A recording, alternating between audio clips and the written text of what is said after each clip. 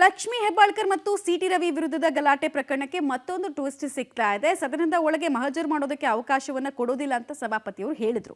ಅದಕ್ಕೆ ಪ್ರತ್ಯುತ್ತರವಾಗಿ ಸಿಐಡಿ ಅಧಿಕಾರಿಗಳು ಮಹಜರ್ ಪ್ರಕ್ರಿಯೆ ಕೈಬಿಡೋದಕ್ಕೆ ತೀರ್ಮಾನವನ್ನು ಮಾಡಿದ್ದಾರೆ.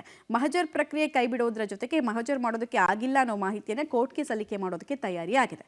ಕೋರ್ಟ್ನಲ್ಲಿ ಅನುಮತಿಯನ್ನ ಕೇಳೋದ್ರ ಬಗ್ಗೆ ಕೂಡ ಚರ್ಚೆ ಆಗಿದೆ. ವಿಶೇಷ ಏನಪ್ಪಾ ಅಂದ್ರೆ ಪ್ರಕರಣ ಇಲ್ಲಿಗೆ ಮುಗಿದು ಹೋಯಿತು, ಯಾವುದೇ ಸಂದರ್ಭದಲ್ಲಿ ಕೂಡ ಸಿಟಿ ರವಿಗೆ ತೊಂದರೆ ಆಗೋದಿಲ್ಲ ಅಂತಿದ್ದವರೇ ಈಗ ಸಿಐಡಿ ತನಿಖೆಯಿಂದ ತಲೆ ಕೆಡಿಸಿಕೊಂಡಿದ್ದಾರೆ.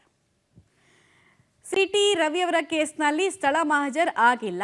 ಯಾವುದೇ ಒಂದು ಕೇಸ್ ಪ್ರಗತಿ ಸಾಧಿಸಬೇಕು ಅಂತ ಹೇಳಿದ್ರೆ ಅಲ್ಲಿ ಸ್ಥಳ ಮಹಜರ್ ಅನ್ನೋದು ತುಂಬಾ ಇಂಪಾರ್ಟೆಂಟ್ ಪ್ರಕ್ರಿಯೆ. ಬಟ್ ಇಲ್ಲಿ ಆಗದೇ ಇರೋದ್ರಿಂದ ಕೋರ್ಟ್ ಅಂಗಳಕ್ಕೆ ಹೋಗಿ ಕೋರ್ಟ್ನಿಂದ ಡೈರೆಕ್ಷನ್ಸ್ ಸಿಗುತ್ತಾ ಹಾಗೇನಿದು ಇನ್ನೊಂದು ಹಂತದ ಸಂಘರ್ಷಕ್ಕೆ, ಶಾಸಕಾಂಗ ವರ್ಸಸ್ ಕಾರ್ಯಾಂಗ ಅನ್ನೋ ಸಂಘರ್ಷಕ್ಕೆ ಇದು ಕಾರಣ ಆಗುತ್ತಾ ಅನ್ನೋದು ಒಂದು ಕಡೆ ಪ್ರಶ್ನೆ. ಆದರೆ ಇನ್ನೊಂದು ಕಡೆಗೆ ಸಿಟಿ ರವಿ ಅವರಿಗೆ ಇದರಿಂದ ಏನಾದರೂ ತೊಡಕಾಗುತ್ತಾ ಅನ್ನುವಂತಹ ಕುತೂಹಲ ಕೂಡ ಸದ್ಯಕ್ಕೆ ಮನೆ ಮಾಡ್ತಾ ಇದೆ.